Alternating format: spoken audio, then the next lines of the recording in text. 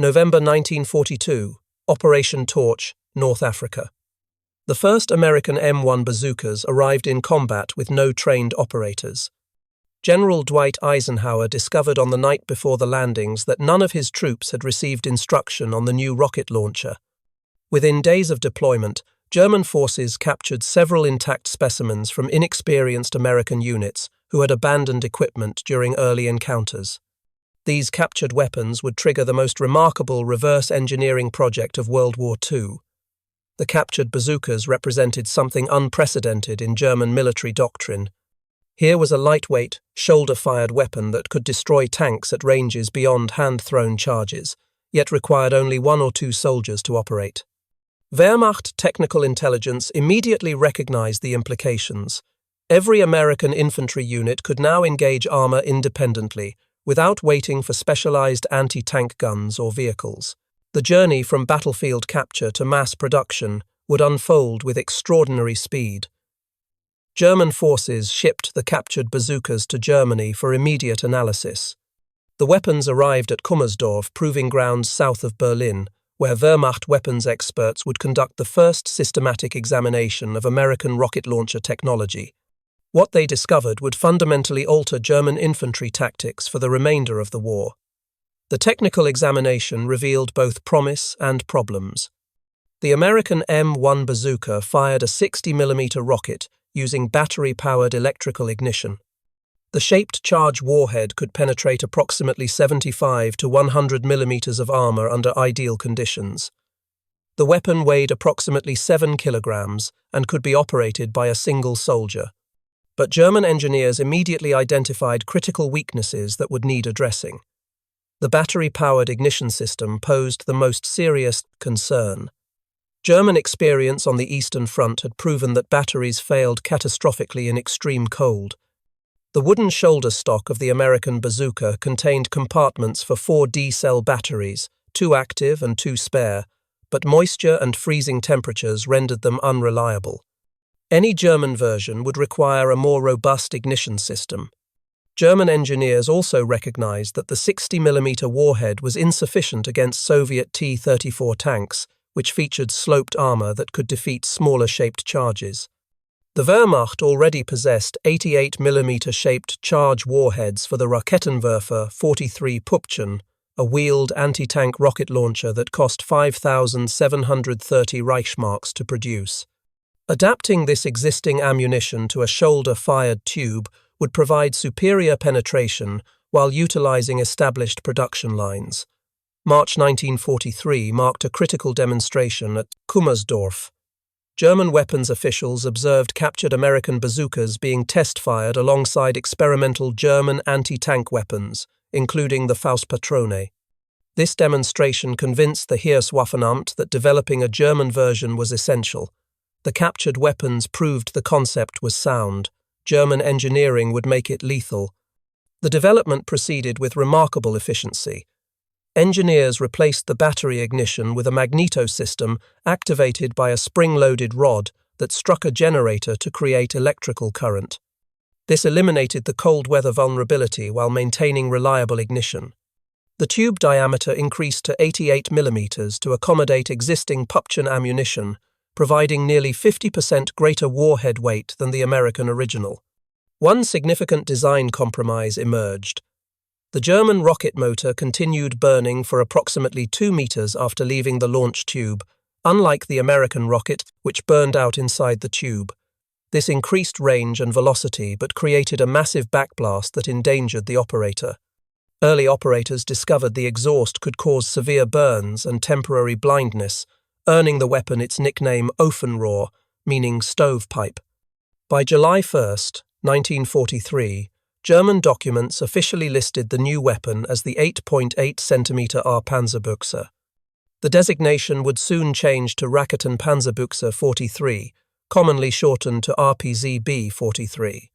Production preparations were already underway at multiple facilities across Germany, though mass manufacturing would not begin until September. The production infrastructure mobilized with typical German efficiency. 6 primary manufacturers received contracts for the new weapon. Enzinger Union in Federsheim, Hussarg in Mosselwitz, Gebrüder Scheffler in Berlin, Jeckel in Freistadt, Kronprinz in Solingen, and Schricker in Fürthwach. Each facility would produce components or complete weapons, with final assembly occurring at multiple locations to prevent Allied bombing from disrupting the entire program. September 8, 1943, a German military report stated the weapon would be sent to frontline troops for trials very soon. By September 30th, the official manual for the Raketen Panzerbüchse had been published. October 5th saw the first delivery of 1,500 weapons and 5,000 rockets to combat units. The transformation from captured American weapon to German mass production had taken less than 11 months. The production numbers reveal the scale of German commitment to the weapon. Initial orders called for 382,000 units, though material shortages and bombing would reduce this to 289,151 RPZ-B-54 models by July 1944, when production ceased. An additional 25,744 improved RPZ-B-54/1 models were produced between December 1944 and the war's end. Manufacturing the Panzerschreck required just 10 work hours per weapon at a cost of 70 Reichsmarks, compared to 5,730 Reichsmarks for the smallest traditional anti-tank gun. This economic efficiency made mass production feasible even as Germany's war economy contracted. A single Panzerschreck cost less than a military rifle, but could destroy a 40-ton tank. The human cost of production remains one of the darkest chapters in the weapon's history. HASAG, the third largest exploiter of forced labor in Nazi-controlled Europe, operated multiple production facilities using slave laborers from concentration camps. By October 1943, over 60,000 workers labored for HASAG, more than half of them forced laborers and prisoners of war. The company operated 16,581 prisoners in labor subcamps by 1945. At HASAG facilities in Poland, approximately 35,000 deaths occurred across various camps, though incomplete records prevent precise accounting. Workers endured 12-hour shifts with exposure to toxic chemicals, brutal beatings, starvation rations, and no sanitation. The Schliebenberger camp, producing munitions including Panzerschreck components, housed between 2,000 and 5,000 female prisoners with an average life expectancy of 2 months. An explosion there on October 12, 1944, killed 96 prisoner laborers. The weapons combat deployment began in autumn 1943, initially in small numbers as production ramped up. By January 1944, 21,141 had been issued to combat units, though another 39,526 remained in armories due to Wehrmacht distribution problems. German infantry units on all fronts demanded the new weapon, recognizing its effectiveness against Allied armor. Eastern Front forces received priority for Panzerschreck distribution. Soviet tank commanders quickly noticed the changing tactical situation. Where German infantry had previously relied on magnetic mines, anti-tank rifles, and bundled grenades, they now possessed weapons that could engage tanks at 150 to 200 meters. Every German strongpoint potentially concealed multiple rocket launcher teams. The weapon proved particularly effective in defensive positions. German tactical doctrine called for Panzerschreck teams to establish interlocking fields of fire from concealed positions. Teams would dig staggered trenches no more than 115 meters apart, ensuring attacking armor-faced rockets from multiple directions. The effective range against moving targets was approximately 100 meters, though static targets could be engaged at greater distances. Technical performance data from German and Finnish tests demonstrated the weapon's capabilities. The RPZ-B-4322 rocket achieved penetration of 160 mm of armor at 60-degree impact angle, or up to 230 mm at optimal 90-degree angle. The rocket velocity reached 110 meters per second, compared to the American bazooka's 85 meters per second. The warhead contained 700 grams of explosive, triple the American weapon's charge. The blast shield addition in February 1944 created the RPZ-B-54 model, which became the standard production variant. This shield protected operators from the rocket's backblast, though it increased weight from 9.25 kilograms to 11 kilograms.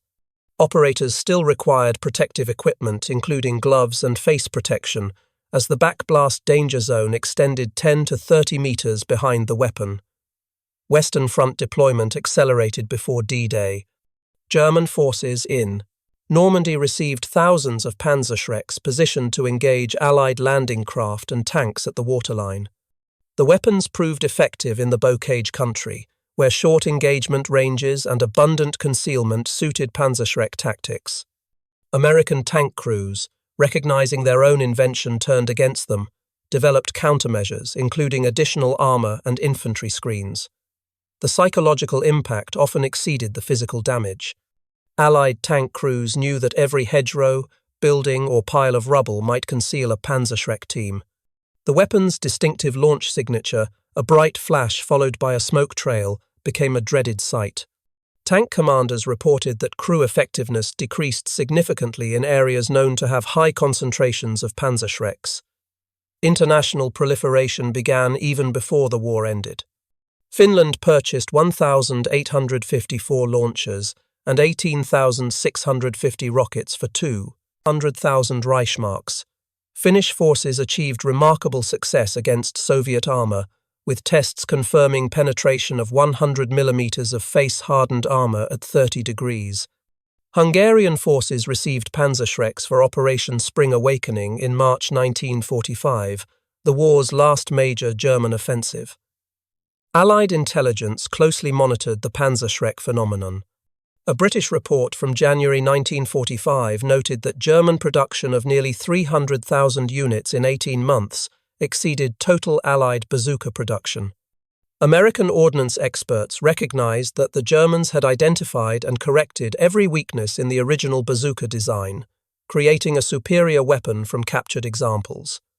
The Americans themselves adopted German improvements for later bazooka models. The M9 bazooka, introduced in October 1943, incorporated magneto ignition similar to the Panzerschreck, eliminating the battery problems that plagued earlier versions. The M20 Super Bazooka, developed late in the war, increased caliber to 3.5 inches, following the German example of using larger warheads for better penetration.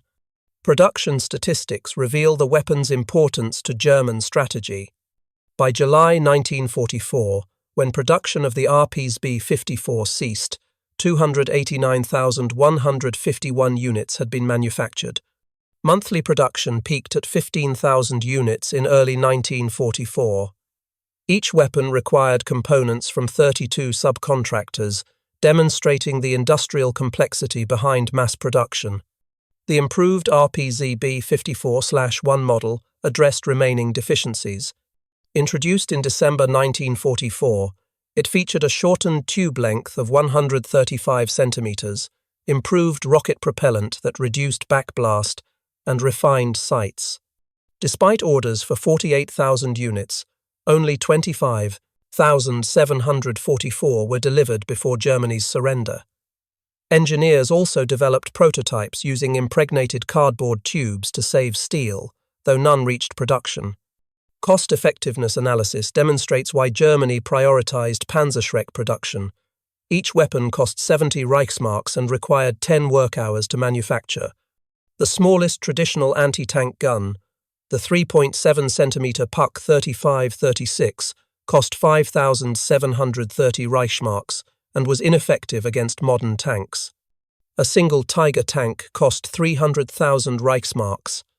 For the price of one Tiger, Germany could produce over 4,000 Panzerschrecks. Ammunition production matched weapon manufacturing. Over 2 million rockets were produced, primarily the RPZ-B GER 4322 model with its distinctive shape and fin stabilization. Each rocket weighed 3.3 kilograms and came packaged in wooden crates of 2. Special, winter and summer variants accommodated temperature extremes that affected propellant performance. Transport frames allowed soldiers to carry 5 rockets, though the weight and bulk limited mobility.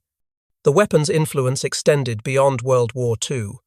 Belgian company Mikar, which had produced Panzerschrecks under license, developed the blindicide RL-83 in the 1950s using similar principles. The Swiss Army adopted derivatives, as the 8.3-centimeter rocket-propelled grenade, maintaining upgraded versions in service through 1980. The basic concept of an oversized, shaped charge in a shoulder-fired tube influenced anti-tank weapon development worldwide. Post-war analysis by American ordnance experts acknowledged German achievements. Colonel C.T. Richards wrote in 1946 that the Panzerschreck program represented history's most successful reverse engineering project, achieving mass production in under 7 months from initial capture. The Germans had taken a hastily developed American weapon and transformed it into a mature system that exceeded the original in every performance metric. Soviet forces captured thousands of Panzerschrecks during their advance into Germany. Red Army evaluation noted the weapon's superiority to captured American bazookas received through Lend-Lease. The Soviets had initially rejected American bazookas as insufficiently powerful, receiving only 3,000 units with minimal ammunition. The German version, with its larger warhead and greater penetration, better suited Soviet tactical requirements. The last documented combat use of wartime Panzerschrecks occurred during the 1948 Arab-Israeli War, when Syrian forces employed captured German weapons. The weapons had traveled from German factories through various conflicts, demonstrating the durability of the basic design. Some examples remained in Third World arsenals into the 1960s, long after more advanced anti-tank weapons became available. Technical documentation survived in remarkable detail. The Wehrmacht's September 30, 1943 manual provided comprehensive instructions for operation, maintenance, and tactics.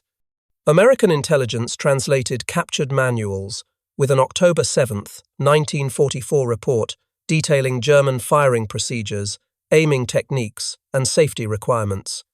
These documents reveal the thoroughness of German training programs despite wartime pressures. Safety statistics highlight the weapon's dangers. German records indicate numerous operator casualties from backblast injuries, premature detonations, and enemy return fire attracted by the weapon's prominent launch signature. The 10 to 30 meter backblast zone behind the weapon required careful positioning to avoid injuring friendly troops. Urban combat proved particularly hazardous, as backblast could reflect off walls, injuring operators. Comparative analysis with contemporary weapons reveals the Panzerschreck's position in anti-tank weapon evolution. The British Piat, using a spring-launched spigot mortar principle, had greater range but less penetration. The American bazooka offered better portability but inferior armor penetration. The German Panzerfaust provided simpler operation and lower cost, but was single-use only.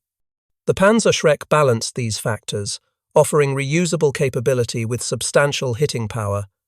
Manufacturing quality varied significantly as the war progressed. Early production weapons from 1943 featured excellent workmanship with precision machined components. By late 1944, simplified production techniques and inferior materials reduced quality, though functionality remained adequate. Captured examples show progressive degradation in finish and tolerances as Germany's industrial situation deteriorated. The weapon system's complete infrastructure included training facilities, ammunition depots, repair workshops, and distribution networks. Germany established Panzerschreck training schools at multiple locations, graduating thousands of operators monthly. Specialized repair units maintained weapons at division level. The logistical commitment matched that of traditional artillery systems, demonstrating the weapon's perceived value. Environmental limitations affected combat employment. The weapon proved less effective in extreme cold, where propellant burned inconsistently. Desert conditions caused problems with sand contamination. Rain and moisture could cause electrical shorts in the ignition system. Despite these limitations, the basic design proved remarkably robust, functioning adequately across diverse combat environments from Arctic Finland to Mediterranean Italy. Allied countermeasures evolved throughout the war. Tank crews welded additional armor plates, hung sandbags, and installed wire mesh screens to defeat shaped charges. Infantry adopted aggressive screening tactics, advancing ahead of tanks to suppress Panzerschreck teams. Artillery and mortars targeted suspected firing positions. Despite these measures, the Panzerschreck remained a serious threat through the war's end. German tactical innovation maximized the weapon's effectiveness. Panzerschreck teams learned to target specific vehicle vulnerabilities, including vision blocks, engine compartments, and track assemblies. Multiple teams coordinated attacks to overwhelm tank defenses. Urban combat tactics evolved to exploit the weapon's capabilities, while minimizing exposure to return fire. These tactics influenced post-war anti-tank doctrine worldwide. Production quality control data survives from several facilities. Random testing of production weapons showed approximately 95% met specifications in 1943, declining to roughly 80% by late 1944. The primary failures involved ignition systems and tube integrity. Despite quality issues, the sheer production volume ensured adequate supplies reached combat units. The economic impact extended beyond direct production costs. Germany diverted significant industrial capacity to Panzerschreck manufacturing, including steel, electrical components, and chemical production for propellants and explosives. The program consumed resources that might have produced other weapons. However, the cost-effectiveness compared to traditional anti-tank guns justified this allocation from the German perspective. Training programs evolved based on combat experience. Initial training emphasized accuracy and safety. Combat veterans later provided practical instruction on tactics, camouflage, and survival. The Wehrmacht published numerous training pamphlets and tactical guides specifically for Panzerschreck operators. These materials, captured and translated by Allied intelligence, provide insights into German anti-tank doctrine evolution. Supply chain complexity increased as production expanded. The weapon required specialized components from multiple suppliers, including electrical contacts, optical sights, steel tubing, and wooden components. Rocket production demanded separate facilities for warhead manufacture, propellant mixing, and final assembly. Disruption at any point could halt production, making the system vulnerable to strategic bombing. The Panzerschreck program ultimately demonstrates rapid military adaptation under extreme pressure. From initial capture of American bazookas in November 1942 to mass production by September 1943, Germany transformed a foreign concept into indigenous capability. The program succeeded through pragmatic engineering that adapted existing resources rather than developing entirely new technology. Germany's ability to produce nearly 300,000 Panzerschrecks while fighting a multi-front war reveals remarkable industrial resilience. The weapon emerged from systematic reverse engineering that identified and corrected original design weaknesses. German engineers didn't simply copy the bazooka. They created a substantially improved weapon system that exceeded the original in every measurable performance criterion. The historical significance extends beyond technical achievement. The Panzerschreck represents successful technology transfer under combat conditions, rapid industrial mobilization despite resource constraints, and effective military adaptation to enemy innovations. The program proved that captured enemy technology could be quickly transformed into mass-produced weapons that influenced battlefield outcomes. Modern military historians study the Panzerschreck as a case study in successful reverse engineering, rapid product development under wartime conditions, and industrial mobilization. The timeline from capture to mass production remains impressive even by modern standards. Few weapons programs have achieved similar speed from concept to deployment, particularly when starting from captured enemy equipment. The complete story encompasses technical innovation, industrial achievement, and human tragedy. While German engineering deserves recognition for rapid development and successful mass production, the extensive use of slave labor cannot be ignored. Tens of thousands died producing weapons that extended a lost war. The Panzerschreck's history includes both remarkable technical achievement and systematic exploitation of forced laborers. In conclusion, The Panzerschreck stands as history's most successful reverse engineering program, transforming captured American bazookas into nearly 300,000 improved German weapons in under 1 year. The program demonstrated that military innovation could be borrowed, improved, and mass-produced faster than previously imagined. From the first captures during Operation Torch to the final weapons produced in April 1945, the Panzerschreck represented German industrial capability and engineering pragmatism applied to desperate military necessity.